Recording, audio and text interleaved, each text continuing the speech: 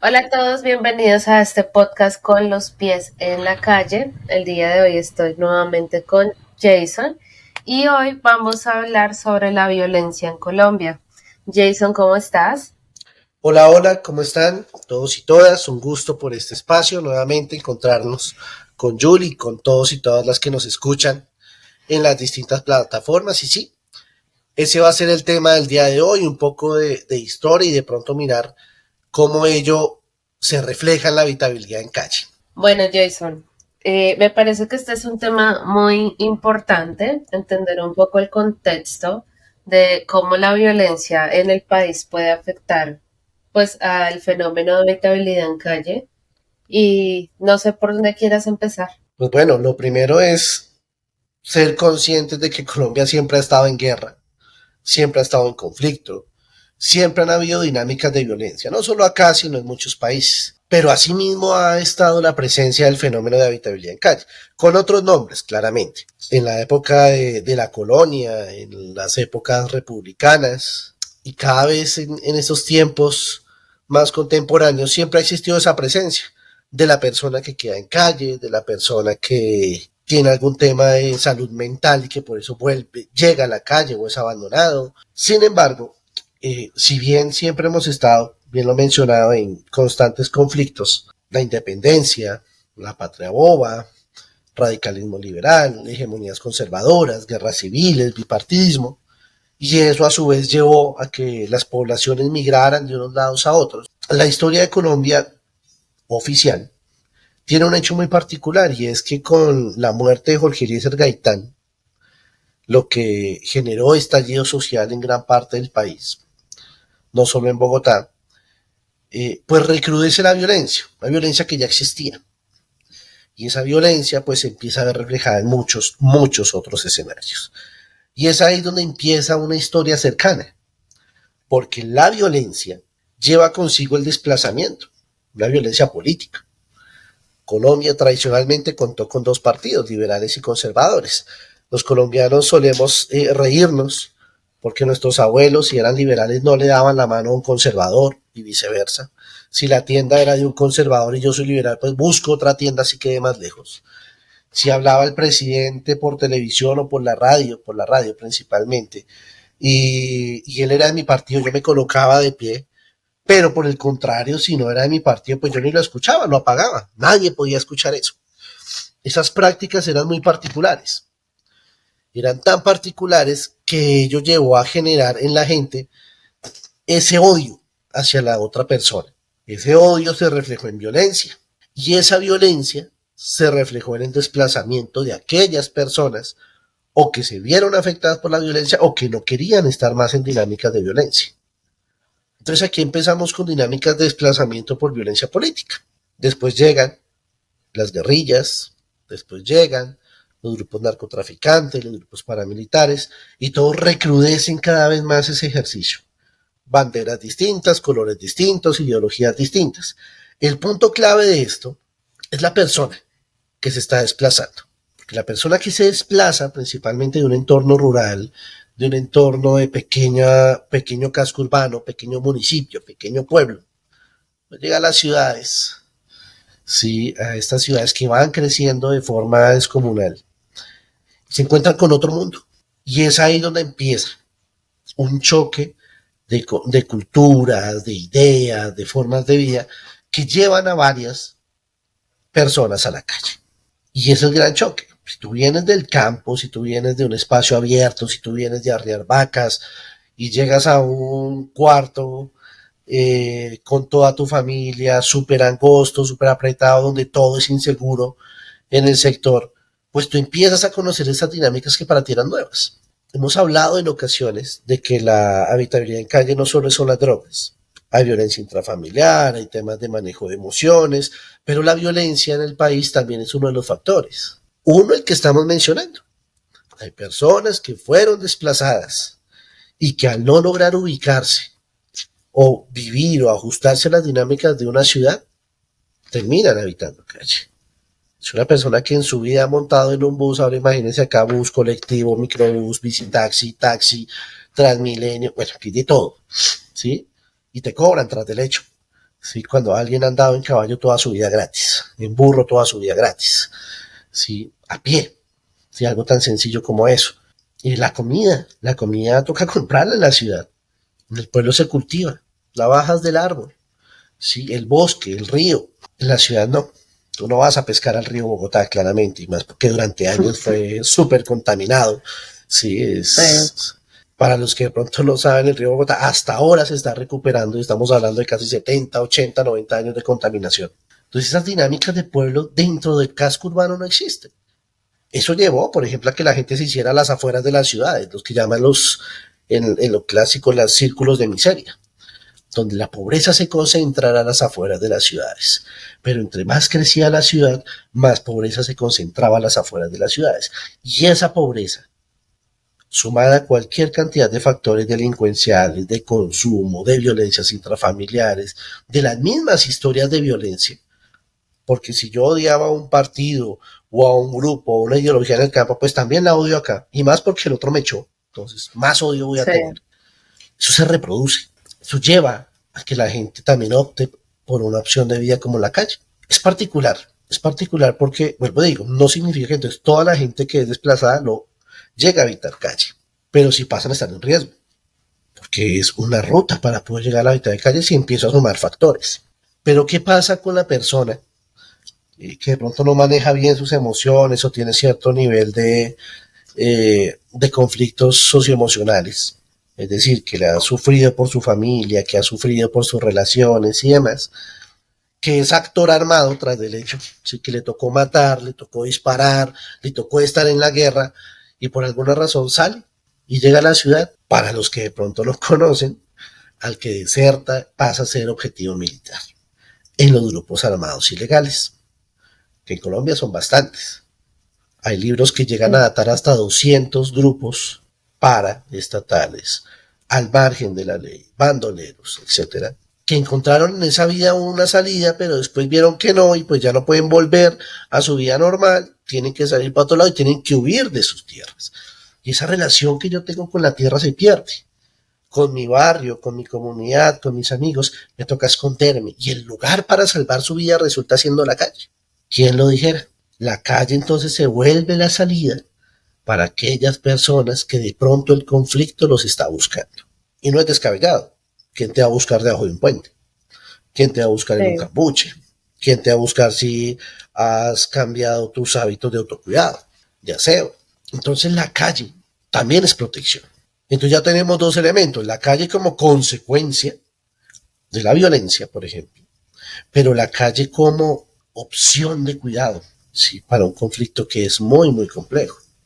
Entonces, volvemos al principio, suponer que solo el consumo es la razón de la habitabilidad en calle, pues es cerrado, son muchas causas. Y si vamos a ponerlo en términos de violencia, pues la violencia también tiene unos matices. Una persona que de pronto tenga temas de salud mental, que se enfrenta a dinámicas de conflicto, sea víctima o victimario, pues va a asumir eso de una forma muy compleja que puede que lo lleve a la calle. Prefiero huir de eso. Entonces, si bien la historia de Colombia es un ejercicio de conflicto, hay un momento en la historia donde efectivamente se recrudece el conflicto, que es a mitad del siglo XX. Lo que sí no se puede negar es el hecho que las consecuencias de la guerra en términos de desplazamiento, en términos de cambio obligado de formas de vida, de mentalidades, hace que la gente empiece a tomar decisiones sobre su vida. Pasar de vivir tranquilo a vivir hacinado, en espacio abierto, a ejercicios más controlados, a tener que comprar y adquirir monetariamente alimentos, a tener que relacionarme con gente que no conozco. En los pueblos todos se conocen, en la ciudad no. Pasar de estar en un espacio seguro como lo era su tierra, su campo, su rancho, donde sea que viva, a la incertidumbre que te genera una ciudad como Bogotá.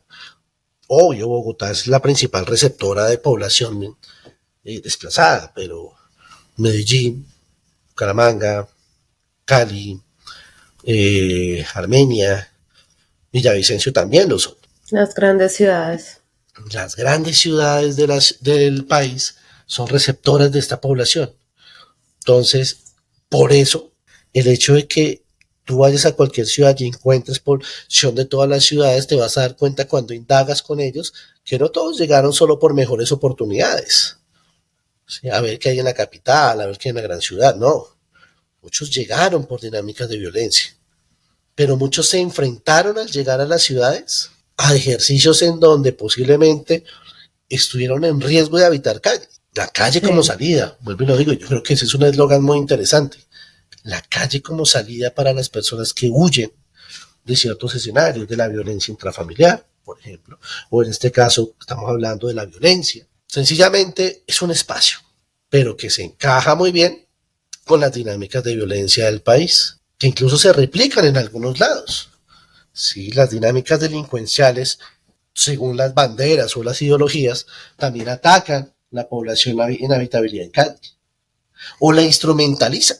Parte del conflicto de la historia de Colombia desde los años 50, 60 en adelante se enmarca en el narcotráfico. El narcotráfico solo es posible si la gente consume. Y muchos de los principales consumidores, bien o no, son también ciudadanos habitantes de calle. No sí, hacen parte del conflicto, no les interesa, pero simplemente son consumidores, son adictos. Y eso moviliza la violencia entre más consumidores. En algún momento creo que lo tocamos y era decir, el tema es entender la habitabilidad en calle según los países, las zonas, las regiones y demás. Y es que no es lo mismo la habitabilidad en calle en Estados Unidos sí. que, no sé, en Brasil, que en Panamá, en el Caribe, mucho menos aquí en Colombia. Y es que las drogas que se consumen son distintas. Los modelos de adicción o las dinámicas de adicción son distintas. Y es que un ejercicio que se vincula a la violencia intrafamiliar, las faltas de oportunidades, la violencia política y una droga tan adictiva como lo es el bazuco, no estamos fregados.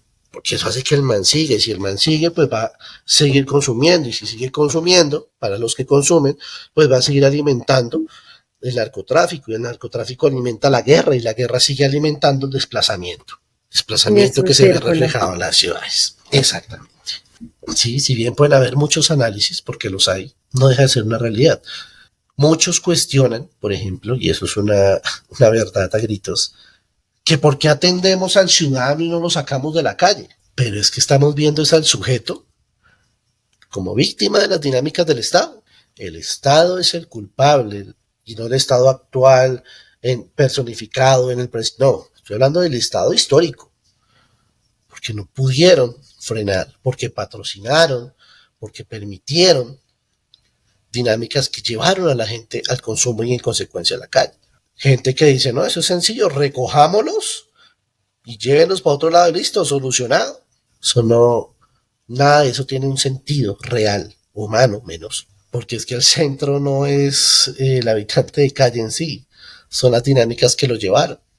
Mientras siga habiendo violencia, mientras siga habiendo desplazamiento, mientras siga habiendo violencia intrafamiliar, mientras siga habiendo personas que no sepan manejar emociones, redes de apoyo, mientras siga habiendo el consumo y las sustancias ilícitas que generan alta adicción en las calles sin ningún tipo de control o regulación, eso va a seguir ahí. Porque si Sí, porque lograsen, ni siquiera, dime, perdóname, ni siquiera es como que solamente el desplazamiento. Un ejemplo muy básico es ese, lo que dijiste, la violencia intrafamiliar. Cuando hay violencia intrafamiliar, pues valga la redundancia, en una familia, usualmente yo he visto casos y creo que todos hemos conocido a alguien que busca malas amistades y en esas malas amistades caen las drogas y esa dinámica la llevó a ser un habitante de la calle.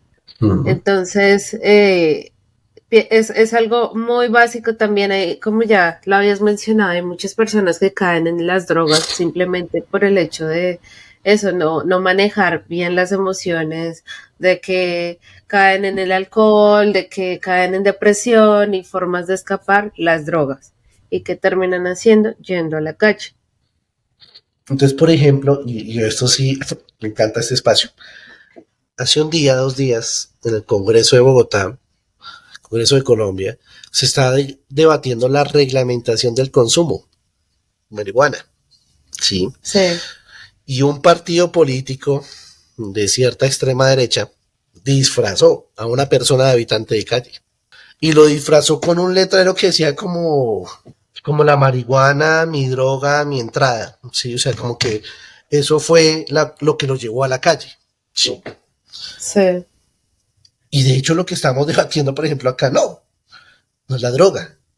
La habitabilidad en calle es un ejercicio de muchas causas. Y por no regular, por no tener leyes, es que permanecen muchos de esos ciudadanos en calle. Si eso estuviese regulado y tuviese otras dinámicas, los que estarían en la calle serían muy pocas personas. Las personas que quieren, les gusta, nacieron, no conocen otra forma de vida o simplemente optaron por ella, porque también las hay, son muchas. Pero en comparación con las que están por consumo es otra. Entonces, esa acción burlesca, payasa, de disfracémonos de habitantes de calle porque es que la droga nos llevó a eso, pero tampoco sí, reglamentamos, tampoco damos un paso, pues es seguir patrocinando la guerra, porque patrocina la guerra no es la droga o las sustancias no las sustancias psicoactivas en sí, sino las sustancias ilícitas, que es lo que da plata. sí. Y entonces llegamos a esa pantomima de disfracémonos. Eso es violencia. Entonces todo lo que hacen los ciudadanos por estudiar, por trabajar música, lo que hemos hablado del video, lo que hemos hablado del trabajo, se va a la basura porque lo resumen en que es el consumo. Ya acá vimos que, por ejemplo, el centro, el caso de este capítulo es la guerra. Sí, hemos visto otros elementos en otros espacios, la falta de oportunidades, por ejemplo. Sí, es que es algo bien complejo. Yo digo que en vez de pelear en si se legaliza o no la droga, deberían pensar más bien en qué hacemos para que las personas no caigan con tanta facilidad, pues, en ese círculo vicioso, ¿no? Como yo digo, hay una falencia grandísima que tiene Colombia es que a Colombia no se le invierte a la salud mental. O sea, en Colombia es un tabú gigantesco ir a a un psicólogo. Si tú vas a un psicólogo, todo el mundo te mira mal, todo el mundo dice que ya estás loco, eso para qué. Y es un tabú gigante. Y yo digo que si las personas fueran más a terapia, pues su reacción a estas cosas serían distintas. Más de que si la prueban o no la prueban, es como que las causas serían distintas. Total. Y es que ahí es donde yo digo, la regulación es importante, hay que hacerla. La prevención es importante, hay que hacerla. Y esas dos van de la mano. Tú no te tomas una cerveza sin un letrero que diga el exceso de alcohol es perjudicial para la salud en Colombia. Tú no te fumas un cigarrillo sin que la cajetilla diga todos los males que te genera. Pero Sí, ¿por qué no se hace lo mismo y se permite que lo ilícito perdure? Sí, y claro, se necesitan muchas acciones, porque es que nuestra historia demostró que la guerra por ahí no es. La guerra contra el narcotráfico no funcionó. La guerra contra las drogas no funcionó. El que paga todos los platos rotos toda la vida ha sido el campesino. El mismo campesino desplazado por esa violencia que llega a los círculos de miseria, que se enfrenta a las dinámicas de consumo, de violencia, de mendicidad, de pobreza extrema y que termina en la calle. Sí, es sí. más grande que el consumo, pero consumo es un punto clave del ejercicio que hay que regular. ¿Sí? Y eso no lo enseñó la historia, nos lo han enseñado casos exitosos en escenarios europeos, por ejemplo. ¿Sí? Si en los países que está regulado porque no hay niveles de habitabilidad en calle como los de Colombia, son distintos, claro que son distintos, están regulados. ¿Sí? Hay prevención, hay acompañamiento. Tú no te vuelves un delincuente por consumir. Entonces, vean lo chistoso que es esto. Y es ahí donde digo la incidencia de la violencia. Tú eres desplazado, desplazada, o estás en un círculo de pobreza de las ciudades periféricas, etcétera, y te enfrentas a esas dinámicas. Terminas consumiendo, pero el malo soy yo por consumir, no por haber tenido que vivir todo lo que viví. Eso es lo absurdo. El malo es por consumir marihuana, el malo es por consumir algo, pero no por las razones que te llevan. Por eso decía hace un rato, es que la razón del Estado, la culpa del Estado en su generalidad histórica es la que ha llevado a que esto se permita. Un Estado que no pudo evitar los conflictos, un Estado que no pudo evitar las guerras, un Estado que no pudo evitar la violencia, que sabiendo que la está patrocinando con la no regulación, aún lo sigue haciendo. Si el hecho de no regularla generara menos consumidores, pues no habrían consumidores en Colombia. Pues la realidad es otra. Que ya estábamos en una de las localidades del sur de la ciudad hablando de consumo y se sentaron casi 4 mesas canábicas. O sea, no había una en la localidad, no, tenían que haber 3, 4, ¿sí? Grupos de personas organizadas pro consumo. Venga, pero igual lo van a hacer. Hay que regularlo, hay que acompañarlo, hay que prevenirlo. No hay que volver al que quiere debatir o al que le tocó o al que se encontró o al que sea con un delincuente, no se puede confundir. Eso genera más violencia. Sí, total, lo que dices de las dinámicas entre países, por ejemplo, yo analizo aquí Estados Unidos y aquí el nivel de mendicidad, perdóname, no mendicidad, de habitabilidad en la calle es distinto porque incluso en Colombia, obviamente, uno ve y acá el habitante de la calle no es como que se vea con pobreza. O sea, que el pobre no es el mismo pobre que está en Colombia, ¿sí? El habitante de la calle, que de verdad lo que vemos nosotros, por lo menos en Bogotá, es que están súper sucios, que están en la peor ropa de todas. Aquí en Estados Unidos los habitantes de la calle, ellos tienen su celular normal, ellos comen normal, están bien vestidos, obviamente hay unos más que otros, pero digamos que uno no ve, o sea, sí ve el consumo, pero digamos que también se mezcla mucho más como con el tema de salud mental, de que uno ve más personas, más que estén consumiendo, son personas que tienen serios problemas de salud mental que tú vas en la calle y te atacan porque sí. Y es otro contexto completamente distinto. O sea, aunque tú los ves en la calle, generalmente no es como que tengan sus cambuches y cosas que uno usualmente ve en Colombia. Es como algo completamente diferente. Tú vas aquí, no ves en las calles como en Bogotá, de que hay habitantes por todas partes, sino no. Es algo completamente distinto. O sea, no sé. Total, porque es que la historia, el clima, el tipo de consumo, el tipo de prácticas sociales, todo eso influye. Pero tú mencionabas algo muy particular y el habitante de calle sucio, que hace 9, a finales del siglo XX, inicios del XXI, en los años 2000, era todavía común ver al ciudadano habitante de calle con la cobija tiesa de mugre, ¿no? Sí, el del cartucho, Sí. el del Bronx, el de 5. Eso era muy normal. Hoy en día casi no se ven. Es rarísimo. Porque la tensión ha permitido que eso cambie. Sí, pero Sí. cambia de localidad. Tú vas al norte de la ciudad, localidad de Usaquén, y vas a ciertas zonas de Suba, de Engativá, Barrios Unidos, zonas periféricas. Tú ves personas que parecen todo menos habitantes de calle, por su estética, su ropa, por su peluqueado, porque aparte les gusta estar peluqueados. Claro, eso genera críticas, ¿sabes? Todos solo nos estamos bañando, la asistencia, bueno, eso serán otros debates. Pero visualmente el ciudadano pasa a dignificarse a partir de ese cuidado, de ese autocuidado y de esa visión que tiene sobre sí misma. Pero aún así, por más que nos esforcemos acá, va a cambiar, bien lo mencionas, es que en Estados Unidos es completamente distinto. Completamente, por ejemplo, acá también manejan celulares y te llaman y te escriben. Los que están en el colegio te escriben casi todos los días. Pero igual la dinámica es distinta, ¿sí? Y en eso sí quiero resaltar mucho. Y no solo la dinámica del fenómeno, sino las formas de atender. Hay países que en el Foro Iberoamericano de Habitabilidad en Calle decían, nosotros los recogimos a todos, que era la cárcel o la rehabilitación. Entonces llenaron las cárceles y llenaron los centros de rehabilitación. Y cuando se acabaron las penas y los procesos, pues todos volvieron a la calle. Otros hicieron procesos productivos interesantes, pero les faltaron herramientas. ¿Sí? No es solo ponerlos a trabajar, hay que darles herramientas para que se mantengan emocionalmente. Bien lo mencionas, el tema de salud mental es fundamental. Entonces aquí es donde entra ese ejercicio, porque es que toda mala acción es violencia. La atención, una mala atención en salud es violencia contra el ciudadano, que lo lleva a que siga en la calle. Sí, una mala atención social es violencia, porque hace que el ciudadano quiera y quiera decidirse por la calle. Entonces por ahí va el asunto.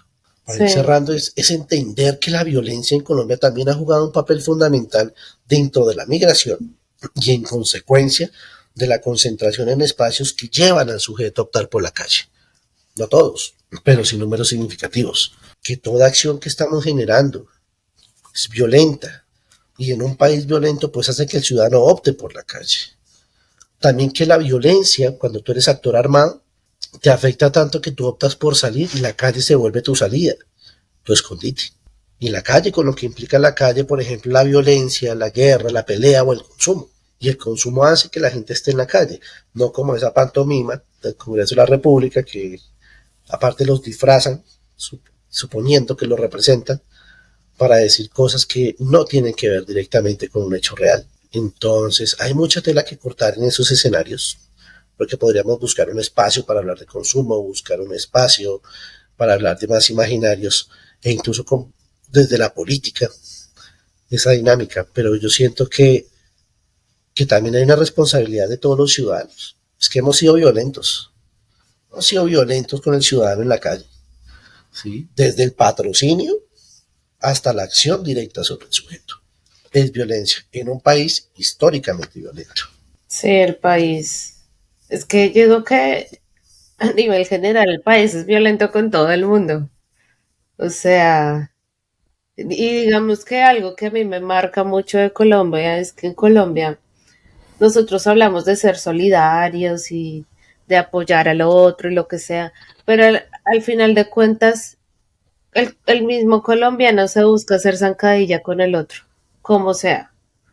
O sea, en lugar de todos tratar de empujar al mismo lado, siempre hay uno haciéndole zancadilla al otro. Y obviamente se meten con los más vulnerables, pero pienso que Colombia a nivel general no es un país como que tú veas que se une y que de verdad quiera como apoyar una misma causa, por decir así, ni siquiera para cambiar el presidente.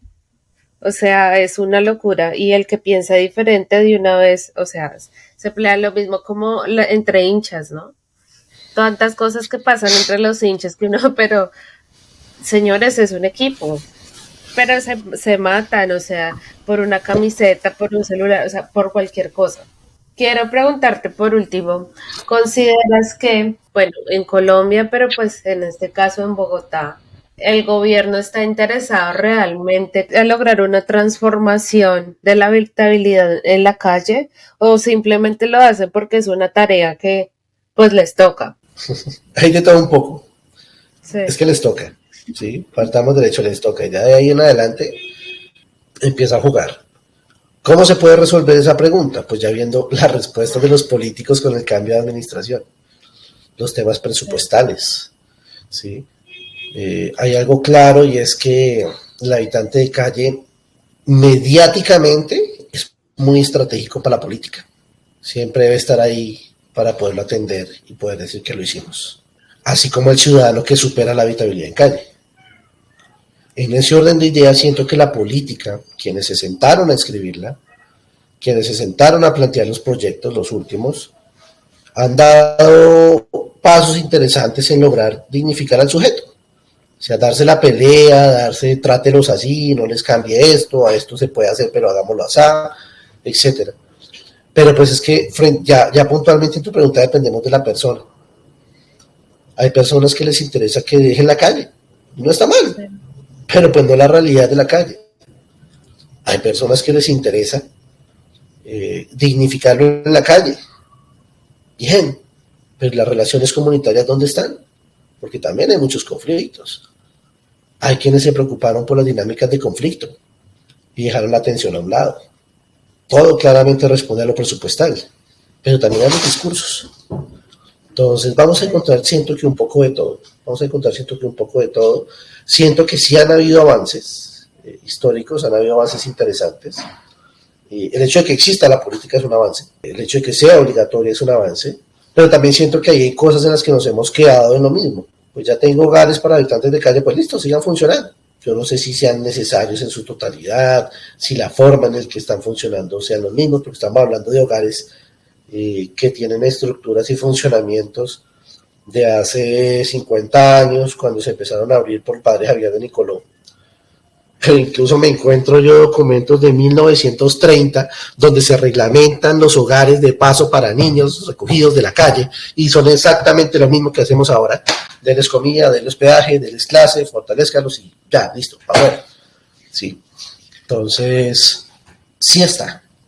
Ha cambiado cosas. Le falta todavía mucho. Pero dependemos de la voluntad. la voluntad, porque también es un tema presupuestal, es un tema de ideologías. Pues vuelvo y retomo el caso patético del Congreso, el señor disfrazado, pues lo cogen como un juego, ¿sí?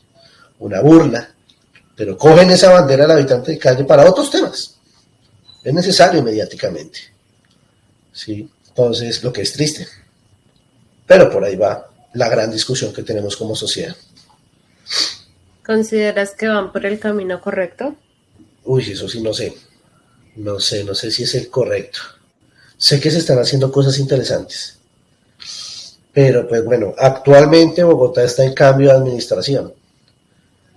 Entonces, no sé si sea el camino el que siga, porque no sé qué camino sigue. ¿Sí? Dependemos de la persona.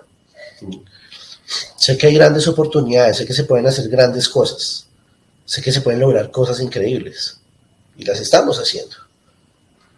Y ahí sí me incluyo. Pero... Pero es que incluso pero no haciendo sé. este podcast es una forma de aportar. O sea, no más con esto que estamos haciendo es una forma también de transformar la mentalidad de las personas que nos escuchan. Claro, no, y eso es cierto. O sea, para los que nos están escuchando, si yo no le hubiese hablado a Julie durante meses, durante años, durante semanas, todos los ejemplos que yo le toca a ella en mi trabajo, pues ella nunca se le hubiese ocurrido hacer esto, ¿sí? Y yo, no, pero ¿para qué? No, pero después, no, pero bueno, está bien, pero sí. La movilización social es tuya, ¿sí? Eso es una realidad, Sí. ¿sí? Pero es tuya. Y es un poco el ejercicio. Por eso digo que se hacen cosas interesantes. Esto funciona, esto sirve, la gente nos escucha, pero falta mucho. Y ese mucho depende también de la persona que ponga la plata para hacer esas grandes movilizaciones que se necesitan. Porque si no seríamos unos cuantos haciendo cosas interesantes, pero unos cuantos. Y retrasaría en años la atención.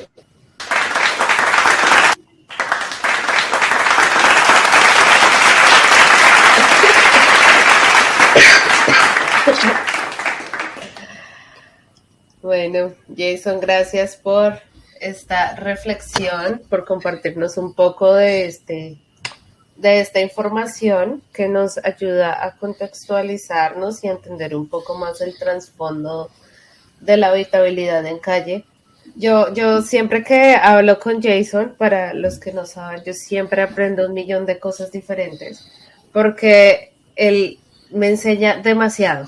Y espero que así como yo, ustedes esta vez hayan también aprendido mucho más acerca pues de nuestro país, que es siempre muy importante conocer nuestra historia para no repetir las cosas.